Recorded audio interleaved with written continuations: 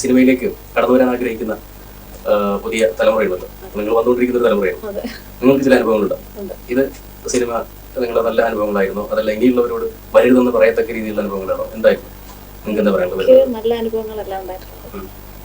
ഇനി വരാൻ പോകുന്ന കുട്ടികളോടും ഇപ്പോ ഉള്ള അപകടങ്ങളൊന്നും പറ്റാത്ത കുട്ടികളോടും എനിക്ക് പറയാനുള്ളത്, സിനിമയിലുള്ള ആൾക്കാരൊന്നും വിശ്വസിക്കാനുള്ളില്ല, ശ്രദ്ധിച്ച് കൈകാര്യം ചെയ്യണം. ഇതെന്ന് പറയുന്നത് ഒരു മാഫിയ സംഘം എന്നാണ് പറയാം. കാരണം ചില വെർമുല ട്രയാങ്കിളിൽ കൈരളി കപ്പൽ വിട്ടതുപോലെ പെടാൻ സാധ്യതയുണ്ട്. ഞാൻ പെട്ടുപോയി, അതുകൊണ്ട് ഞാൻ പറഞ്ഞതാണ്. എന്റെ അനുഭവം വെച്ചിട്ട്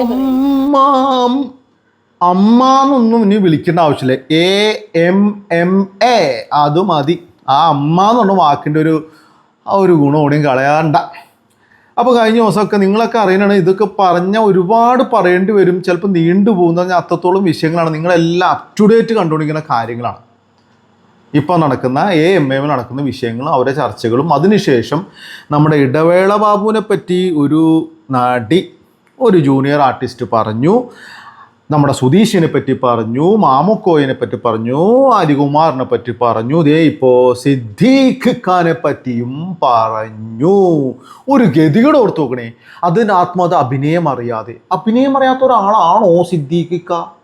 അല്ലല്ലോ. സ്വാഭാവികമായിട്ട് അദ്ദേഹം അഭിനയം അറിയാതെ കാലയളവിൽ വന്നു കയറി എന്നുള്ള രീതിയായിരിക്കും.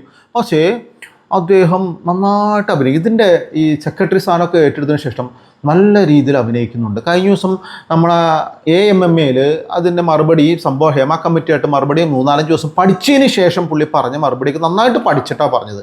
അപ്പോൾ ആദ്യം തന്നെ അദ്ദേഹം നല്ല രീതിയിൽ അഭിനയിച്ചൊക്കെ പറഞ്ഞിട്ടുണ്ട്. എന്ത് മര്യാദക്കാരനാ. ഇടവേള ബാബുവിനെ പറ്റി എന്താണ് അഭിപ്രായം എന്ന് ചോദിച്ചപ്പോൾ തീർച്ചയായിട്ടും അതിനുള്ള നടപടികൾ സ്വീകരിക്കാനോ അല്ലെങ്കിൽ എന്താണ് വേണ്ടതെന്നുള്ള കാര്യങ്ങളെ പറ്റി അന്വേഷിക്കും. ഇന്നലെയാണ് ആ ഒരു ക്ലിപ്പിംഗ് പുറത്തു വന്നത്. ബാബുവായിട്ട് ബന്ധപ്പെടാനോ ഒന്നും സാധിച്ചിട്ടില്ല. ഇന്നലെ ഇത് കഴിഞ്ഞത് വന്നിട്ടുള്ളൂ. തീർച്ചയായിട്ടും അത്തരം കാര്യങ്ങൾ ഓക്കെ, വളരെ ഭംഗിയായിട്ട് ഇത്ര നല്ല കറക്റ്റായിട്ട് ഒരു രീതിയിലും പ്രൊവോക്ക് ചെയ്യാണ്ട് അദ്ദേഹം സംസാരിച്ചു. അപ്പോൾ കൂടെ 1-2 സ്ത്രീകളുടെ കൊണ്ടുണ്ട്, അവരോട് എന്തെങ്കിലും ഒന്ന് ചോദിക്കൂ എന്നൂടെ പറഞ്ഞു. 2 പെൺകുട്ടികൾ എൻ്റെ കൂടെ ഇരിപ്പുണ്ട്. അവരോടും കൂടെ നിങ്ങൾ എന്തെങ്കിലും കാര്യം അവരെ പഠിപ്പിച്ചു കൊണ്ടുവന്ന പോലെയാണ്. അവർക്കൊന്നും അറിയില്ല. ഇപ്പോൾ വീട്ടിൽ നിന്ന് ഇറങ്ങിയോട് വന്നിട്ട് ഉത്തരം അങ്ങനെ എഴുതി കൊടുത്തിട്ട് അതങ്ങൾ പറയുവാണ്. കാര്യം വാതിൽ മുട്ടുന്ന സംഭവങ്ങൾ വല്ലതും ഉണ്ടോ ജോമോളെ? ഞാൻ എത്ര കാലമായി സിനിമയിലുണ്ടെന്നുള്ളത് എല്ലാവർക്കും അറിയാവുന്നതാണ്. ഇന്നേ വരെ എനിക്ക് എൻ്റെ അനുഭവം വെച്ച് പറഞ്ഞാൽ ഒരാൾ പോലും മോശമായിട്ട് സംസാരിക്കുകയോ നിങ്ങൾ പറയുന്ന പോലെ ഈ കഥയിൽ വന്ന് തട്ടുകയോ അല്ലെങ്കിൽ കൂടെ സഹകരിച്ചാൽ മാത്രമേ സിനിമയിൽ അഭിനയിക്കാൻ ചാൻസ് തരുള്ളൂ എന്നൊന്നും പറഞ്ഞില്ല. അത് അവർക്ക് ഒന്നും ബുദ്ധിമുട്ടുണ്ടായില്ല. അവരുടെ വാതിൽ ആരും മുട്ടിയിട്ടില്ല. അതുകൊണ്ടല്ല. അങ്ങനെയാണോ? അവരുടെ കാര്യം ചോദിക്കാനാണോ ഇവിടെ നടന്ന ഒരു കൂട്ടം വാതിൽ മുട്ടൽ, ചവിട്ടിപ്പൊളിക്കൽ സെറ്റപ്പ്? അതാണ് ചോദിച്ചത്. അതും അവർക്ക് അറിയില്ല. അപ്പോൾ മൊത്തത്തിലൊരു പഠന വിധേയമായിട്ട് വന്ന് പഠിച്ചതിന് ശേഷം, കറക്റ്റാണ്, പഠിച്ചതിന് ശേഷം വന്നതാണ്. ഇതൊന്നും തീരുമാനമാകില്ല. ഇപ്പം സിദ്ദിഖാനെതിരെ ആ പെൺകുട്ടിയും കംപ്ലൈൻ്റായിട്ട് വന്നു. പുള്ളിയെ ശാരീരികമായിട്ട് പീഡിപ്പിച്ചിട്ടുണ്ടത്രേ. കുറച്ച് പഴയ കഥയാണ്. ഇപ്പം എന്ത് ചെയ്യും? ആരാണ് ഇല്ലാത്ത? ആരും തെറ്റിയാത്തവരാരും ഇല്ല അല്ലേ? പക്ഷേ ഈ സിനിമാ ഫീൽഡ് എന്ന് പറയും പണ്ടേ മൂലി ചർച്ചയാണ്. ഇവിടെയൊക്കെ വിഷയങ്ങളുണ്ട്. സ്വന്തം ഒന്ന് രക്ഷപ്പെടാൻ വേണ്ടി കഴിവുള്ളവർ പോലും ശരീരം ഒരുത്തിന് മുമ്പിൽ ഇഷ്ടപ്പെടാതെ അർപ്പിക്കേണ്ടവൻ്റെ അവസ്ഥ. നമ്മൾ ആരെയും നല്ലതെന്ന് പറയില്ല. അവിടെ പുരുഷന്മാരും ഇതുപോലത്തെ എന്തോ ഒരു അവസ്ഥയുണ്ടാവും. അവരെ ഒരു പീഡനം. കാര്യം സിനിമാ ഫീൽഡിൻ്റെ ഒരു ഫെയിമും അതിൻ്റെ പൈസ വരവും എല്ലാത്തിനും ആകർഷിപ്പിക്കുന്നുണ്ട്.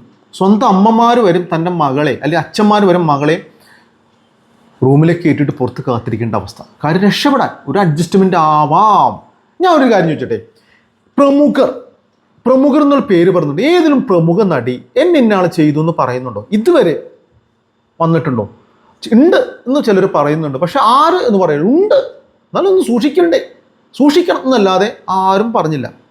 ശ്വേതാമേനോനും ഉർവശിയും അങ്ങനെ പലരും. പഴയ ശാരദ പറഞ്ഞിട്ടുണ്ട്. പഴയ കഥകളൊക്കെയാണ്. പണ്ടേ മൂലം നമ്മളിത് കേൾക്കണം. പക്ഷേ ഇവരൊന്നും പറയുന്നത് എനിക്ക് യാതൊരു പ്രതീക്ഷയില്ല. ജൂനിയർ ആർട്ടിസ്റ്റ് പറഞ്ഞ ഒരുപാട് രക്ഷപ്പെടാതെ പോയ കുറേ നടിമാർ ഇനിയും ഒരുപക്ഷെ വരാം. ഒരുപാട് ആൾക്കാർ ഇങ്ങനെ മനസ്സ് പറഞ്ഞുകൊണ്ടിരിക്കുക. പലരും പേര് പറയുന്നുണ്ട്, പലരും പേര് പറയുന്നില്ല. കാര്യം അവർക്കിനൊന്നും നഷ്ടപ്പെടാനൊന്നുമില്ല. കാര്യം അവർക്ക് നഷ്ടപ്പെട്ടു. അവർ അഡ്ജസ്റ്റ്മെൻറ്റ് ചെയ്ത് കൊടുത്തിട്ടില്ല. ഇനി കൊടുത്തവർ ഒരുപാടുണ്ടാവും. അവരിനി പറയുമെന്ന് എനിക്കറിയില്ല. പക്ഷെ പ്രമുഖരൊക്കെ ഓൾറെഡി ഇങ്ങനെ സെറ്റിലിങ്ങനെ നിൽക്കുകയുള്ളൂ, അഡ്ജസ്റ്റ് ചെയ്ത് നിൽക്കണമുണ്ട്. ഒരു അഡ്ജസ്റ്റ്മെൻറ്റ് ശേഷം അവർ വലുതായതുകൊണ്ട് ഇനി പഴയതെന്ന് പറഞ്ഞ് ഞാൻ കൊള്ളാത്ത ആളാണെന്ന് അറിയിക്കേണ്ട എന്നുള്ളതില്ല. ഇവർ പോലും തുറന്ന് പറയാത്തതുകൊണ്ട് കാര്യം ഇതിനൊരു തീരുമാനമാവുമെന്ന് എനിക്കൊരു തോന്നുന്നില്ല. കാര്യം തെറ്റുകാത്തവരാരുമില്ല, സിനിമാ ഫീൽഡ് മാത്രമല്ല, ശരിക്കും പറഞ്ഞാൽ നമ്മുടെ ഇന്ത്യൻ സിസ്റ്റം അനുസരിച്ച് രാഷ്ട്രീയമായിക്കോട്ടെ, അല്ലെങ്കിൽ ഈ സിനിമാ ഫീൽഡ് ആയിക്കോട്ടെ, അല്ലെങ്കിൽ കച്ചവടം, കുടുംബം, എല്ലാത്തിലും പുരുഷന്മാരാണ് ആധിപത്യം. പുരുഷന്മാർ പറയുന്ന പോലെയാണ് പല കാര്യങ്ങളും നടക്കുന്നത്. അതുകൊണ്ട് തന്നെ പലപ്പോഴും സ്ത്രീകൾക്ക് പലരും സൗണ്ട് ഇല്ലാതെ വരുന്നു. അതുകൊണ്ട് തന്നെയാണ് സിനിമാ ഫീൽഡിലും ഇങ്ങനത്തെ ഒരു പ്രശ്നങ്ങൾ ഉണ്ടാകുന്ന കാര്യം. അവിടെ അവരാണ് നയിക്കുന്നത്, പ്രൊഡ്യൂസർ അല്ലെങ്കിൽ ഡയറക്ടറൊക്കെ ഭൂരിപക്ഷം ആൾക്കാർ ഇവർ തന്നെയാണ്. അപ്പോൾ ഇതിൽ സിനിമയിൽ അഭിനയിക്കാൻ രക്ഷപ്പെടണമെങ്കിൽ ഒരു പക്ഷേ ചില ആൾക്കാരെ വാക്കുകൾ കേട്ട് കഴിവുണ്ടെങ്കിൽ പോലും അഡ്ജസ്റ്റ് ചെയ്ത് കൊടുക്കേണ്ടി വരുന്നു. അഡ്ജസ്റ്റ് ചെയ്ത് കൊടുക്കാത്ത ആൾക്കാർ രക്ഷപ്പെട്ട കാര്യമില്ല. കാര്യം അവരുടെ മാനം കൊടുത്ത് എനിക്കൊരു പൈസ വേണ്ടെന്ന് തീരുമാനിക്കുന്ന സ്ഥലത്ത് ഈ പ്രശ്നം തരും. പലരും പറഞ്ഞിട്ടുണ്ട്, ഇത് ആ സമയത്ത് ഈ പറഞ്ഞ പലരും എനിക്ക് പറ്റില്ല എന്ന് പറഞ്ഞു തീർന്നു. അവിടെ തീർന്നേനെ. അവിടെ പറയാണ്ട് പിന്നെ ഒരു കാലത്ത് പറയുന്നത് ശരിയൊന്നുമല്ല. അത് പറഞ്ഞിട്ടും കാര്യമില്ല, ഇനിയിപ്പോൾ അപമാനിച്ചിട്ടും കാര്യമില്ല, പോയത് പോയി. ഇനിയെങ്കിലും വരാതിരിക്കണമെങ്കിൽ ഹേമ കമ്മിറ്റിയിൽ ഈ പറയാതിരുന്ന അല്ലെങ്കിൽ മൂടി വെച്ച നമുക്ക് തരാതിരുന്ന വിവരങ്ങളായ ആ പേരുകൾ പുറത്താക്കുക. അതോടെ തീർന്നില്ലേ? അപ്പോൾ ഇനി വരുന്ന ആൾക്കാർ, എല്ലാ ഫീൽഡിലും ഇനി വരുന്ന ആൾക്കാർ ഒന്ന് ഭയക്കും. ഈ ഭയങ്ങളില്ലാതാവുന്നത് പൈസ ഉണ്ടെങ്കിൽ എന്തും നടക്കും, അധികാരങ്ങളിൽ അല്ലെങ്കിൽ രാഷ്ട്രീയത്തിൽ ഉന്നത ഉദ്യോഗസ്ഥന്മാരായിട്ട് അടുപ്പമുണ്ടെങ്കിൽ എനിക്കെന്തും നടക്കും എന്നുള്ള ചിന്ത നമ്മുടെ ഇന്ത്യയിലുണ്ട് ഇപ്പോൾ. അതുകൊണ്ടാണ് പല രീതിയിലുള്ള ആക്രമണവും സ്ത്രീകൾക്കെതിരെ, കുട്ടികൾക്കെതിരെ വരെ ബലാത്സംഗങ്ങൾ ചെയ്തിട്ടും പല രീതിയിലും ചെയ്തിട്ട് നെഞ്ചി വിരിച്ചിട്ടുണ്ടാവും. മലയാളം ഫീൽഡിൽ തന്നെ ഉണ്ടല്ലോ, നെഞ്ചി വിരിച്ച് അവർ നടക്കുക, കാശ് എറിയുവാണ് അവർ രക്ഷപ്പെടാൻ. അപ്പോൾ ഇനിയും ഇത് തുടർന്നുണ്ടല്ലോ. അപ്പോൾ ശരിക്കും സർക്കാർ, അതായത് നമ്മുടെ കേന്ദ്രത്തിൽ പോലും ബേട്ടി ബച്ചാവോ എന്നുള്ള പലതുണ്ട്. പക്ഷെ ഇവിടെ ബേട്ടി ബച്ചാവോ ഉണ്ടോ? അന്ന് മുതൽ ബേട്ടികൾ ബച്ചാവില്ല, ബേട്ടികൾ പെട്ടുകൊണ്ടിരിക്കും. കൊച്ചു കുട്ടികളെ വരും. കഴിഞ്ഞ ദിവസം കണ്ടല്ലോ, കൽക്കട്ടയിലെ ഒരു ലേഡി ഡോക്ടർ ആത്മഹത്യ ചെയ്ത്. അതിൻ്റെ ഭീകരമായ അവസ്ഥ ഇപ്പോഴും തീരുമാനമായിട്ടില്ല. ഇപ്പോഴും നുണപരിശീലനം നടന്നുകൊണ്ടിരിക്കുള്ളൂ. അതിനുശേഷം വേറെ അസമിൽ കുട്ടികളെ ബലാത്സംഗം ചെയ്ത കാര്യം, അല്ല ഇവിടെയൊക്കെ ഇങ്ങനെ മദ്രസ മുതൽ വൈദികന്മാർ മുതൽ ഇങ്ങനെ പീഡനവും കാര്യങ്ങളൊക്കെ തുടർന്നു. കാര്യം ഇതിന് വ്യക്തമായ രീതിയിലുള്ള ശിക്ഷാ നടപടികൾ ചെയ്യില്ലെങ്കിൽ ഇത് ഇനി തുടരും. ഞാൻ പറയുന്നത് ഹേമ കമ്മിറ്റിയിൽ രഹസ്യമായി വെച്ച് പേരുകൾ പുറത്താകും. അത് ഗവൺമെൻറ്റിൻ്റെ ഒരു ചുമതലയാണ്. നിങ്ങൾ എന്തിനാണ് ഈ 1 ജില്ലാനും കോടി മുടക്കി ഈ അന്വേഷണം നടത്തിയത്? ഇത് സിസ്റ്റമാറ്റിക്. പലരും അവർ പറയുന്നുണ്ട് 500 ജില്ലാനും അമ്മയുടെ അംഗങ്ങളുണ്ട്, അവരാരും കംപ്ലൈൻറ്റ് പറഞ്ഞിട്ടില്ല, അവരാരും പറയില്ല. കാര്യം ഇവരൊക്കെ ഭയക്കണമല്ലോ, ഇവരെങ്ങനെ പറയും? അപ്പോൾ ഇവരില്ലാത്ത ഒരു കൂട്ടം ആൾക്കാരാണ് ഈ സാധനങ്ങളൊക്കെ തുറന്ന് പറയുന്നത്. ഇനി ഒരുപാട് ആൾക്കാരും ഒരു കാര്യം, ഒരു സത്യം പറയാനായിട്ട് ഒരു രീതിയിലുള്ള സമ്മർദ്ദം പാടില്ല. അങ്ങനെയായിരിക്കും എല്ലാ കമ്മിറ്റി. ഇവർ പറഞ്ഞ പോലെ ഒഴിഞ്ഞ് ഇവർ കാര്യം ഉത്തരങ്ങൾക്ക് പഠിച്ചു വന്നിട്ട് പഠിച്ച പോലെ പറഞ്ഞു. ഇപ്പം എന്തായി? പേര് തന്നെ വിളവ് തന്നെ അവസ്ഥയായി. 2 പേര് കുടുങ്ങിയിരിക്കുന്ന എത്ര പേര് കുടുങ്ങുമെന്ന് അറിയാൻ പറ്റില്ല. തീർച്ചയായും സർക്കാർ ഈ മൂടി വെച്ച പേരുകളെല്ലാം പുറത്തു കൊണ്ടുവരിക, ശക്തമായ രീതിയിൽ തീരുമാനം എടുക്കുക, ബാക്കിയെല്ലാം തീരുമാനമായിട്ട്. അല്ലാതെ ഈ ഫീൽഡിലൂടെ എല്ലാവരും കള്ളന്മാരെല്ലാവരും പറഞ്ഞ പിഴകളാണെന്നും എല്ലാവരും മോശപ്പണിക്കാരാണെന്ന് നമ്മൾ ചിന്തിക്കുന്നില്ല. ഒരു കൂട്ടം ആൾക്കാർ ആ പുഴുക്കുത്തുകളെ നമ്മൾ നുള്ളിക്കളഞ്ഞില്ലെങ്കിൽ ഇനിയും ഇത് ആവർത്തിക്കും. തീർച്ചയായും ഇതിൻ്റെ ഉത്തരവാദിത്തപ്പെട്ട ആൾക്കാർ വ്യക്തമായ തീരുമാനം എടുത്തില്ലെങ്കിൽ സ്ത്രീകൾ വെട്ടി ബച്ചാവോ എന്ന് പറഞ്ഞിട്ട് കാര്യമൊന്നുമില്ല. സ്ത്രീകളുടെ അവസ്ഥ അതോഗതിയായിരിക്കും.